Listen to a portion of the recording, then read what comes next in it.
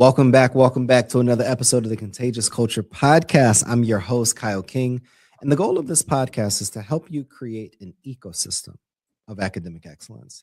And we want to be able to help you create ecosystems and environments where people thrive. Look, today I am joined by, oh man, I'm excited. I really feel that this person that I'm connected with and that's on the screen with me right now, she's a trailblazer. She is what she calls the disengagement doctor. And I'm so excited to talk about that today. She's an educator, curriculum strategist, TEDx speaker, and best-selling author who helps schools and organizations fix broken curriculum and redesign learning inside complex systems so that leaders, so that teachers, so that trailblazers and change makers and our students can be able to ultimately have centers of leadership, centers of learning, identity, and belonging. Michelle. Oh, yes. Love it. Love it. All of that and more. How you feeling today? I am excited. I'm excited. It's been a great time of rest and reset, and I'm just ready for what's ahead in the new year. I love it. I love it. Let's jump straight into it because I have some questions that I am really excited for you to answer.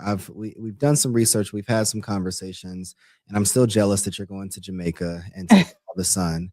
But when people hear disengagement doctor, what do you hope they understand instantly? Oh gosh. So I think the biggest thing for me is that we need to see, we hear the term disengagement and we often associate it with apathy, with withdrawal, with laziness, with defiance even. And I want people to see disengagement differently. I want people to see disengagement as data, especially human data, that tells us that there is not something wrong with the individual, but something wrong in the environment that they're in. That's good. Now, how would you define disengagement? Like in a way that is deeper than kids really just don't care. So I think disengagement is not just for the kids. Let's go. Let me start there, right? So disengagement is not just for the kids. Disengagement is also in us, in us as humans. And I would describe disengagement as a way of self-protection. Simply put, self-protection.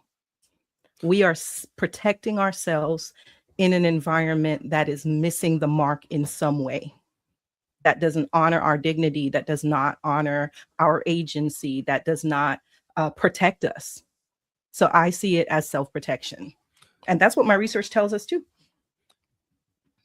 You've done research, you've done this in practice, which I really appreciate because you're not just on the research side, but then not also on just the practitioner side. What are some of the early signs though? Because I think that a lot of times we see the behavioral issues, we see, absences, we see burnout, but what are some of the early signs before disengagement turns into some of those other things? Oh my gosh, yes. It could be quiet. It could be compliance, meaning it could be that student who had joy in learning, like was excited, and all of a sudden now they stop asking like those really deep, rich questions, and they're just complying and doing the work. And they're just meeting expectations at, doing what they need to do to comply and not get in trouble. Yeah. So it's not always loud. It could be quiet. And we have to pay attention to those things too, because those are signals that something shifted for that human being. Yeah. That's causing them to put up an armor, a wall that's going to get higher or thicker if we don't address that shift. Of course. What do we do? Like, what do we do when we recognize that as leaders, when we recognize that as teachers, when we recognize that as organizations? What do we do when that silence starts to creep into systems? Oh, gosh. Yeah. I mean, there's not one clear-cut answer. There really isn't. I mean, if that was the case, shoot, all classrooms would be fully engaged, right? Yeah. there is not. Yeah. I think the best thing that we can do is shift our thinking and start questioning, start asking different questions. So instead of asking, oh, what's wrong with that kid? or what's wrong with them or what's wrong with me, because we often too, especially when we get in as adults, right? Maybe not so much the students. Sometimes the students do it too, but we often associate our withdrawal or whatever's happening. We associate it with personal failure, right? But we too need to see it as information. And so we need to, as leaders, as teachers, as students, we have to ask different questions, not what's wrong with them, what's wrong with me, how do I push myself harder, how do we get them to do what they need to do, but we need to ask ourselves, like, what is happening in this environment that is making that person withdraw, that is making that person disengage, that is making that person feel like they have to protect themselves. That's good. Yeah. You walk into a school, it's the middle of the year, or this case, it's January. People have coming back from the winter break, and you're starting to experience this. If you were to implement something over the next 2 months, 3 months, what are the first moves or strategies that you would recommend a leader listening in to implement? Oh my gosh. So it just goes back to basic humanity, like making connections, building, like, how is your family? How, what's happening? Like this is more relational. Yeah. Because when those relationships feel genuine, that trust layer starts to thin out. Yeah. Like that, the trust is growing, and I think that it just has to be less. I know we have to. I know we have, we have deadlines, we have tests, and listen, I worked in a public school system for 15 years. I've been in education over 20 years. I live it every day. I'm a professor of teacher education. I observe students who are, getting ready to be teachers or who are already teachers and need to recertify. So I do this. This is life for me. But we have to start looking at this as a human issue and start looking at the human being. And we have to start thinking about it as more than just performance and producing and perfecting, because that's what, and people pleasing, because that's what we've been doing in this system. That's what I did in the system the entire time I was in it, until I stepped outside of the system. It is so much more than that. Like, how do we honor them as human beings? I can't tell you. I could probably count maybe one or two leaders that I've had in my educational career that actually knew anything about me personally, other than Michelle is just great. She's so creative. She's so organized. She gets things done. Do you know anything about my family life or about the people, about the things that I have to come home to every day? Do you even care? Those things matter. Yeah.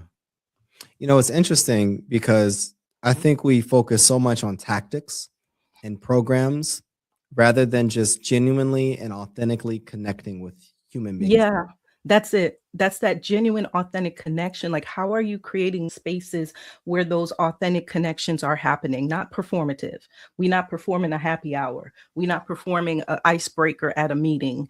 Like, how are you providing spaces where those connections can happen genuinely? And I'm not putting it all on the leaders, because it is a systemic issue. Yeah. That system trickles down into the district, into the schools, into the classrooms. So we are trying to work in a system that was never it was never created or designed for our humanity. It was designed for our performance. That's good. And for us producing and even for our exhaustion. Yeah.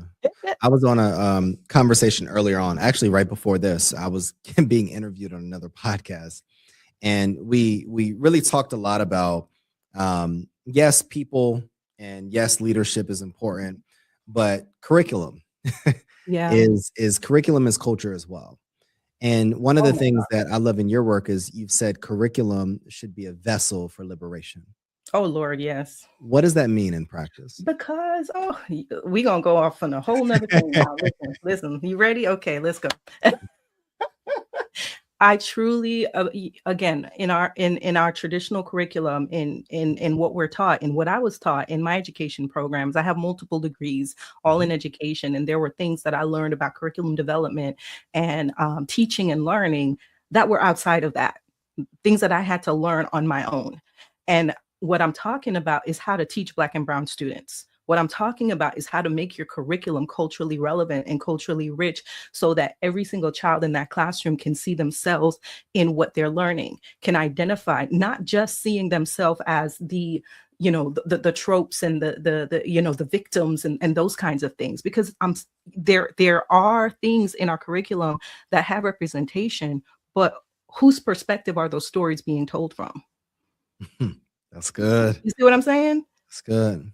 How do you incorporate those voices that are actually true and real to those students so they can feel themselves in it? Like, I didn't see myself in the career. I live in Miami now. I grew up in Jamaica, came to Miami when I was 9, matriculated through the public school system here, which is one of the most diverse school systems in our country. I want to say it's like the second most diverse school system in our country, or third. And I didn't see myself in the curriculum I was taught until I went to college and took an African American literature class as an elective. Wow. Because the people that I was learning about, sure, they were Black, sure, they were brown, but I didn't see myself as a whole human being reflected in their stories until I met Their Eyes Were Watching God, until I met Janie Crawford. Like, she was a whole human. She was complex. She changed. Like, I saw that. Like, you know what I'm talking about? We do. And it's interesting that you say that. And I'm really glad that you brought that up, because I went to a predominantly Black high school. And my first interaction with Black literature wasn't until I went to an HBCU. And Wow. it was not just a class, it was embedded in every single interaction, every single class. And it was probably one of the most powerful experiences that I had, because I credit Alabama A&M University to so much. Like, I believe that I found who I was as a Black man at that institution. Ooh, like I recognized the challenges. I recognized, and I think my parents did a great job setting a foundation. But I think until you're exposed to literature, until you're exposed to more, and then you're around a community of individuals, and then you're an educator that is teaching you and having you even dive deeper into who you are and how you can be found in the literature that you're reading, it changed who I was. Why do you think it's so challenging for us to see this in our K-12 education? Because there are a lot of constraints, because that's not how we're initially taught, because it's not part of the curriculum anymore. I will tell you that I used to teach a class called Diversity in Education. And in the state of Florida, you know how our legislation rolls, and that class is no longer. There's no more diversity in education. Sure, maybe there's a different title to it, but sure, the content has somewhat changed as well. Yeah. And so there is the issue of compliance that prevents us from telling the truth in the curriculum. Yeah.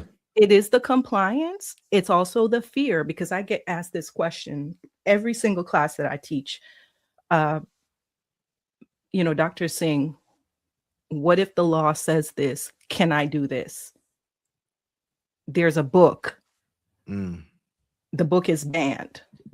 The law says I can't say this word. What if I get sued? What if I lose my job? Yeah. We are walking a thin line, and you want to stay in the safe place of that line. And that means that you're not going to do and say certain things. But what I always kind of assure and talk to the students about is, You have core values. Are you aligning with your core values, or are you complying and that does not align with your core values? Let me ask you this, because I always have this every single episode. There's a leader that asks a question, and I'm trying to think of the leader that wants to audit their curriculum and has been thinking about it. They want to make the change. What are some questions, or what are the first questions that they should ask if they want to audit their curriculum? Okay, whose voice is missing? Bam. That's easy. Whose voice and whose perspective is missing from this content, this story, this experience, this historical perspective? Who is missing? That's it. Look at who's in your school. Look at who your teachers are. Look at who your students are. Whose voice is missing? I love your quote that I mentioned earlier about curriculum should be a vessel for liberation. Can you describe the difference between a curriculum that is liberating versus a curriculum that is engaging? Yes. Okay. So I'm thinking the first thing that came to my mind was when I was a classroom teacher. I was a language arts teacher, secondary ELA. And I taught everything from intensive reading all the way to AP. And no matter what I taught, I always taught my students how to engage in discourse. I use Socratic seminars. It's tougher with certain types of students because they're not used to having that level of conversation, but even that level of freedom to be able to have the discourse without the teacher in the middle, right? And so I would sit back in my little chair, watch, outside of the circle, would get my little checklist, my little rubric, and I would be like Pastor says, proud as a peacock. I love it. Hearing them. And for me, that's what I envision when curriculum can be liberating, because these students are aligning with what they're learning in the curriculum, right? They're talking about the books they're reading, the themes, and backing it up with evidence, but they're also connecting it to their lives. They're also connecting it to the real world. They're also connecting it to problems that they see. They're connecting it to, they're just making those deeper connections, and they're supporting it versus we read a book and take a test and I get a 99. You see what I'm saying? Like, it has to have meaning and relevance, the feeling. Like I could remember a student, it was the house on Mango Street, and Geraldo with no name was the vignette. And they were talking about things that they experienced as an immigrant, not having insurance, going to the hospital, not being seen. That's so good. You see what I'm saying? Oh God, listen. What do I have to do to integrate or to create this type of energy and ecosystem into my classrooms? It's not easy. It's not overnight. It's not automatic. I cannot tell you how many times I failed at Socratic seminars. The first time I did one, the students was looking at me like, who, like, we're literally sitting in a circle and they're just looking at me. And I'm like, I did everything. I prepped all the posters. I gave them, all the books and the chapters and this and the homework, and they're just staring at me. It takes trust. So they had to trust me, and they had to know that I trusted them. It takes preparation. It takes relationship building. Relationships, I'm always going to talk about education should be relational rather than transactional, but relationships open the door. Relationships aren't the end all be all. You could have a relationship, but that doesn't mean you trust the person. That's good. You know what I'm saying? They have to trust you and know that you trust them. So once I kind of switched my approach to the Socratic seminars and I started to give them more time, like I called it prep time. So before we did it, I told them, I'm going to give you prep time so you can sit with yourself and your content and your books. I'm going to ask you guided questions. I'm going to give you sentence stems. And I gave them prep time before each session.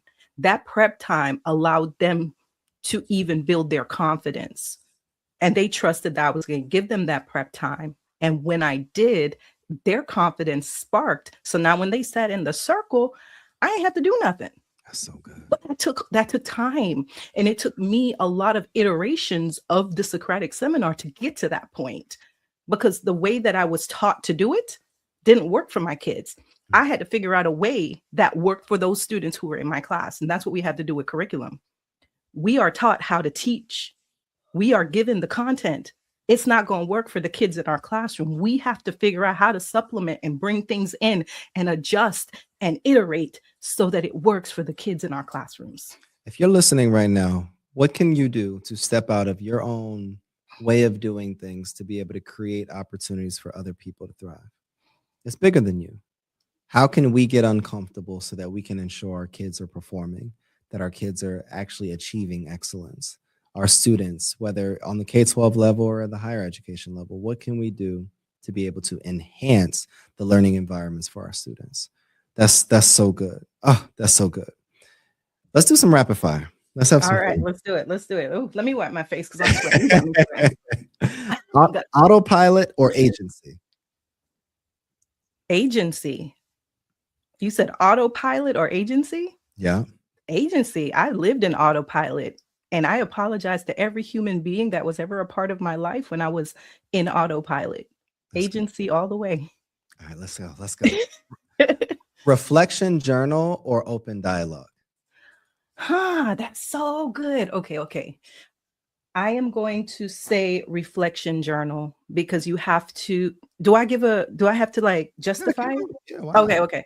Reflection journal allows us to sit with the question and understand our interpretation of the question, which prepares us better to have the open dialogue. Okay. Yeah. One word that you wish every leader understood better? Disengagement. I like it. I figured that was a setup. That was a setup. Most underrated tool for engagement? Most underrated tool for engagement would be your listening ears. Listen, you got to listen to what's happening, what's being said, what's not being said. That's good. Listen more. Here's a good one. A belief about rigor that you want to retire. Yes. Rigor does not mean it's ramped up. We think of rigor as harder, like you're making it harder. Yeah. Rigor is relevance. Rigor is relatability. So good. Rigor is reachability. Rigor doesn't mean more. Rigor means reaching. It means relevant. Oh, that's good. Relatability. Yes. There you go. That's good. Okay. I want you to fill in the blank. Belonging is not. Belonging is not performative. Belonging is. Belonging is a daily practice. Tell me more. Belonging is not something you do just because it's February.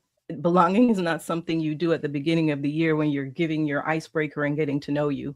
Belonging is something that's ingrained in the very practice that you do with your students every day. How are you creating those micro moments where you're learning about each other and giving them a place and a safe place so that they can feel like they belong? This is so good. This is so good. This is why I love these sprint conversations, because it's packed with value. It's so good. What do you want to say to the leader who knows that their system is draining people, but they're afraid to name it out loud?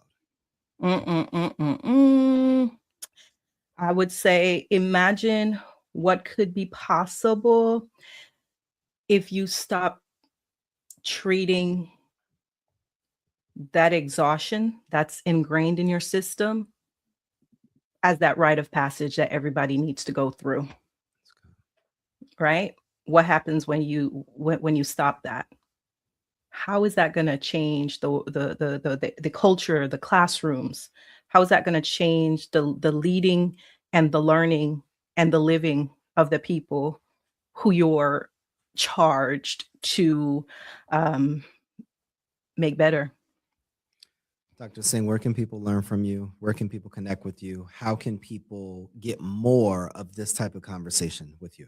Yeah, absolutely. So it's easy. Connect with Michelle.com. Oh, that's super easy.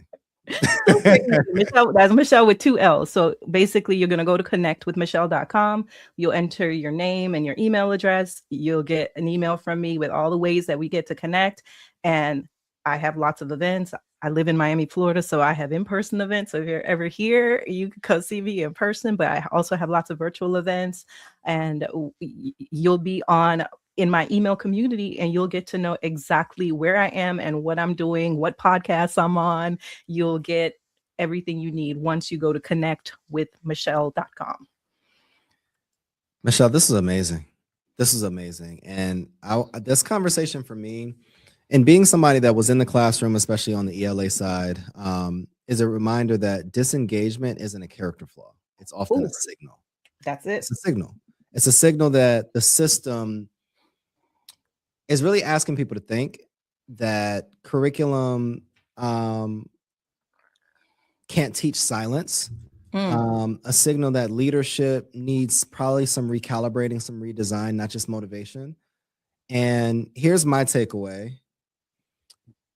I want everybody to really ask the one question: whose voices are missing in your space? Whose voices are missing?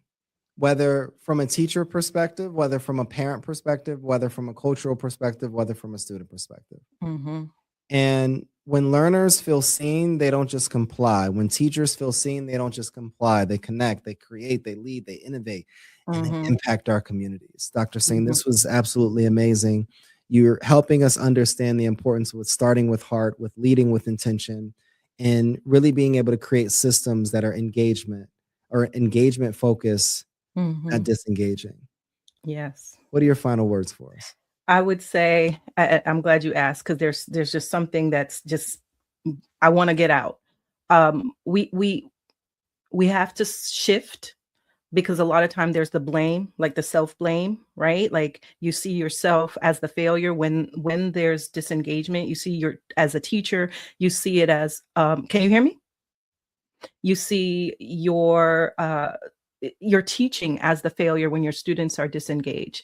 We have to shift from that blame to clarity. How do we get clarity? We have to see things differently. We have to listen. We have to see things differently. And we also have to move away from that compliance and that control to care and compassion. Oh, I can't wait. I can't wait till round 2. I can't wait till round 2. Anybody listening in, we're gonna run it back in the new year. This is gonna be something newly that we're featuring. That's new that we're featuring on the Contagious Culture podcast. We're going to start doing sprints for you so that you can get value packed in 25, 30 minutes. And then we're going to follow that guest up with a deep dive, more so in a case study format, so that we can really be able to extract all the information that they know. One of the questions that we always ask on the Contagious Culture podcast is, what type of culture are you spreading? The energy you bring is the culture you create. Make yours worth catching. We'll see you all next time.